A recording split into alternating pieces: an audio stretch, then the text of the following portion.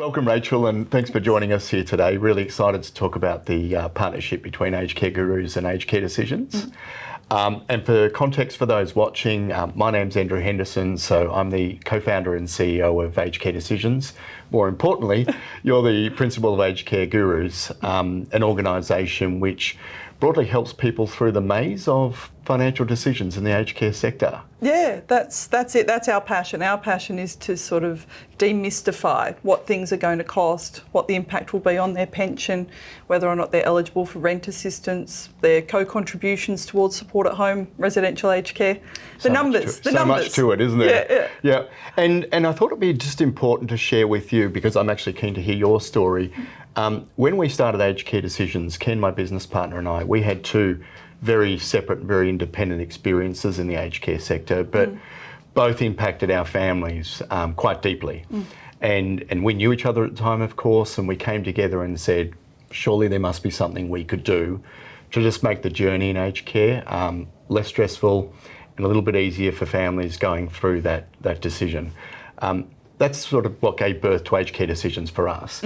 Just keen to hear how you arrived in the sector and why you do what you do. Oh goodness, I arrived in the sector 22 years ago as a very young financial planner and fell into this space around retirement living and aged care. And I think the reason I loved it so much and loved the clients so much was because I'd grown up with my grandma. Oh, lovely. And so I just loved the clients and they loved me, and it just was something that drove me to, still work in the sector 22 years later. So, yeah. And you would have seen it change a lot over that time? It has. Unfortunately, the complexity's gotten worse, I think, over that period of time. And so that's really what we're passionate about, is making sure that before people sign on the dotted line, that they understand what it's going to cost them. Just from the perspective of what Aged Care Decisions do, I mean, we help thousands of families every single month, and the main thing we focus on is just helping them understand the decisions that they're going to have to make.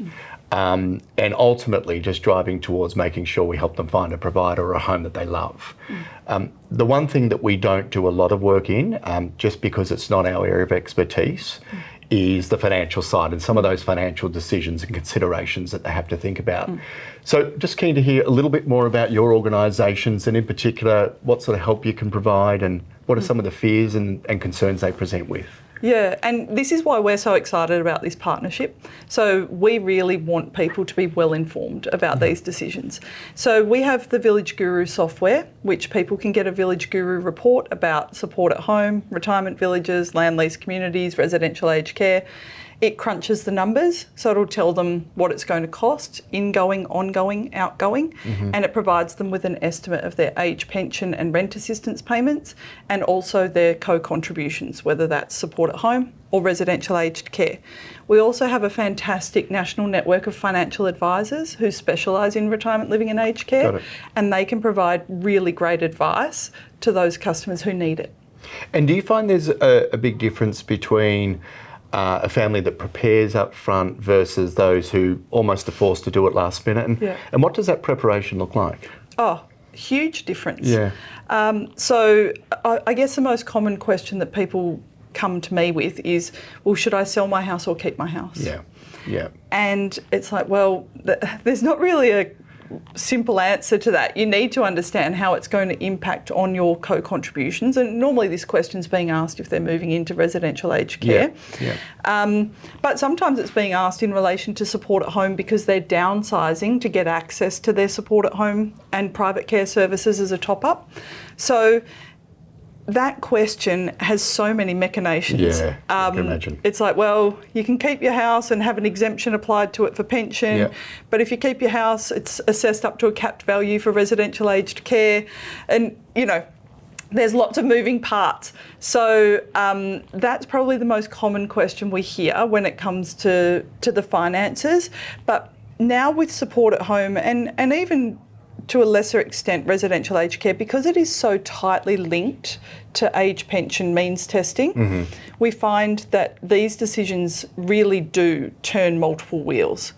So when you're doing something that can improve your pension, you are doing something as a general rule that will reduce your support at home or your residential aged care co-contributions. And the amount of assistance that you can provide families, as I said, I know what we do, but just hearing the complexity of what you're talking about, families really, really do need to get that help, don't they? They do, and I guess that's one of the reasons why with the Village Guru reports, we try to set that information out really simply. Yep. And we try to make it as informative as we can, because ultimately, even if they're going to go and speak to Centrelink or their accountant, their financial advisor, their lawyer, Yep. we want them to have that understanding of what it is that they're contemplating doing Yep. and what that's likely to cost them before they start going down the road of making big decisions, like Yep. whether to keep or sell the family and home. as you said, signing on the bottom line. Yeah, Yep, yeah. yep. Oh, you'd be amazed how many people sign on the dotted line before they know the cost. It's truly frightening to me. And one thing we're particularly excited about, you talked about your unique software, is the adaptation we've done. Yeah. For the, I'll get the name right, the Supported Home Co-Contribution Calculator. Yeah. A long name for a really important tool, and Yeah. we've been able to adapt that together, so thank Yes. you, to accommodate our clients. So in our world, for our viewers' sake, the way that's going to work is once they connect with the aged care specialists, and we go through finding out sort of their care needs, their preferences, some of their budget requirements, that gets us a better picture. And the software we've developed is then going to be able to give them an estimate Exactly. on their co-contribution. And fortunately for them, we've just called it Your Home Care Report. So they don't have to remember that Yep. it's a support So at home co-contribution. Yeah. That's a far better name Yeah, than what I'm yeah. referring to. Yeah, so, I mean, and we see this advantage on three fronts to be very particular advantage. Number one, it's free for families. Yeah. So together we're making this available free for families, and that's been always very important for Ken and I when we started Aged Care Decisions, that the help is available to anyone, regardless of their means. Number two, talking about the preparation side of things, it does allow people to forward plan because it's an estimate. I mean, it's not to the dollar, it's an estimate, but it gives them food for thought and what am I going to have to think about as I go into this. And the third, and I think a really important one, is it stops families being blindsided last minute by costs they weren't prepared for. Yeah. Do you find that happening, or do you come across families that... Absolutely, yeah. And they get sticker shock. Yeah. When they get the price, they get sticker shock, and their initial knee-jerk reaction is to stop the services. And of course, that's the worst thing. But it can be very difficult because of the complexity of the means testing. It can be very difficult to estimate those co-contributions. Yes. And there's such a wide range. You know, you're talking about between 5 and 50% on your independent services and between 17.5% and 80%. Naturally, people go, well, am I at the 17.5% end or am I at the 80% end? Because that's a very wide range. Yeah, and we've had families, as you exactly said, they've paused or stopped altogether their services because they've gone in and said, well, my friend was a classification 4, I'm a classification 4, so I thought I'd just be paying what they're paying. Yeah. And as you said, it depends on the type of services you're going to get, it's means tested and a whole raft of other things. So, yeah, I think that ability for them to just plan ahead is really important. So we're really excited to be able to provide that tool that your what was the report Your name? Home Care Your Report. Home Care Report. I this morning was getting the real name, the long name in my mind. So I know we're a little bit limited on time, but I did want to just maybe talk about two hot topics in each of the sectors, residential aged care and home care. Sure. Firstly, residential aged care. As a backdrop to it all, it's a difficult area to navigate at the moment. Again, I'm not sure if you're seeing it with your clients, but the difficulty in finding a bed is becoming more and more an issue. Yeah. And just in terms of where we're headed in the next 5 years, we've got in the hundreds of beds being added per year. Yeah. But yet in the thousands of beds being required per year. Yeah. And, you know, an average home to build takes about, 5 years to build. Yeah. So we've got a problem ahead of us. So there's no doubt. Absolutely. There's 80,000 people turning 80 every year for the next decade. Right. So, yeah, and the government have announced in the budget this year, I think, funding for an extra 5,000 residential aged care beds every year, but we need about 10,000. Yep. So, you know, Yeah, and I suppose on one side, at least, we're seeing the government's push and support for, supporting families to stay, or people to stay at home longer. And that's a desire for most people. I want to live independently and I want to stay at home, but sometimes it's just not possible. So yeah, we do have a difficult time for families ahead of us that need residential aged care. And then I suppose on the home care front, November 2025 rolled around, lots and lots of changes came about. I was a little relieved it wasn't 1 July, to be honest, because 1 July is my birthday and they always make these monumental changes on the 1st of July. So at least last year on my birthday, I got to go out for lunch. I think the entire sector was relieved that it wasn't 1 July. What are some of the observations you've just had since sort of the changes, whether it be home care or RAC, but more specifically on the home care or supported home front? Yeah, look, to be honest, under the old world, a lot of people didn't pay very much, if anything at all, towards home care.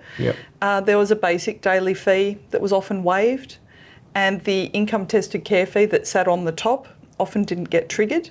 So you could earn a lot of income before you were paying too much. So when it comes to home care, we've really gone from this scenario where people are paying very little, if anything, to some pretty high co-contributions, and in fact, particularly in the everyday living bucket, where people are paying for gardening and things of that nature, and they're say self-funded retirees paying a contribution at 80%. You've really got to wonder, is it worth buying those services through your support at home package, or are you going to get a better deal just buying it privately? Yep. And we see many families asking that exact same question. And that's not an unreasonable question at all. So I think there really is becoming a shift around how people think about support at home, which services they want to access through their support at home package, which ones they don't. So using that self-funded retiree example again, accessing support at home to pay for, say, physiotherapy might make a lot more sense than using your private health insurance where you've still got a gap. Right? And physio is covered under clinical care, as you would know, and there's no co-contribution through support at home. So it really is getting in touch with specialists who can help you to work out what's the funding, what are the fees, and what's the smartest way to structure this so that you get the care that you need, but you're paying for it in the smartest way you can. And just in that answer, I'm sure that many people realise just, number one, how complicated it is, because there's so many machinations, as you said, to this. But also, number two, just the expertise that you can bring to the table to help families make the right decisions, or at least some of the right thinking that they've got to put towards their decisions. I think the thing that sometimes gets lost is that this is someone who's navigating the system for the first time. And, we've been doing this for years. And sometimes it can seem complex even to us. So I can only imagine how complicated it is when this is not something that you live and breathe every day. And we say to our clients all the time, because even talking with friends and friends of friends, we're talking about aged care decisions, and they say, well, who are your clientele? And I say, there is no way to describe the clientele, whether they're from a white collar profession, or whether they're from blue collar, or whether they're stay at home. It does not matter. It's equally as complicating for everyone, simply because it's the first time, or maybe only the second time they've done it in their lives. But I'll tell you who our biggest demographic is. We refer to her as Ted. She's the trusted eldest daughter, and she has to navigate everything from finding the right aged care home to how the numbers work. I think this is the TED service. That's an interesting name for it. So look, I'm sure we could talk for hours about all things aged care, but I really do appreciate you coming along today and just talking about the partnership in general. And I want to assure everyone that works with aged care decisions that we're here to help you, but there's also other organisations in the market, such as Aged Care Gurus, where you can access assistance depending upon the assistance you need. And, connect with one of us depending upon your need. Certainly, if you come to Aged Care Decisions, you can find more information about fees and finances via our website. There's a link to our hub. And inevitably, we'll help you navigate back to Aged Care Gurus if you need some of that more intense support on the finance side of things. Rachel, thanks so much for your time today. Thanks.